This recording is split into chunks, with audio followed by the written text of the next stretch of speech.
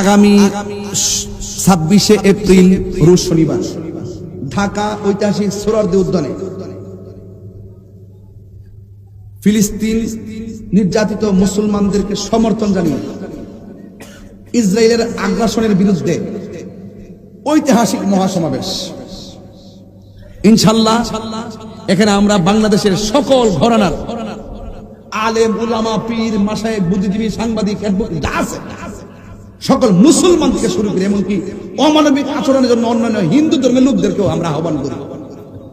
যেহেতু ওই ইসরায়েলের গুন্ডা বাহিনীরা অন্যায়ভাবে অমানবিক কাজ করে গণহত্যা চালাইছে, এই হত্যাকাণ্ড যদি মুসলমানরা কাউকে করতাম, আমরা মুসলমানের বিরুদ্ধে কথা বলতাম। কথা কোন ঠিক কিনা বলেন? কারণ এটা মানবতা, ইসলামের একটা অংশ। এই মানবতা যদি না থাকে, সেই মানবতার বিরুদ্ধে কথা বলতে হবে। সেই জন্য আমি বলবো, আমাদের সুন্নি জামাতে তো আছেই, অন্যান্য ঘরানা যারা আছেন তারাও আসবেন, আমার সাথে যোগাযোগ করবেন।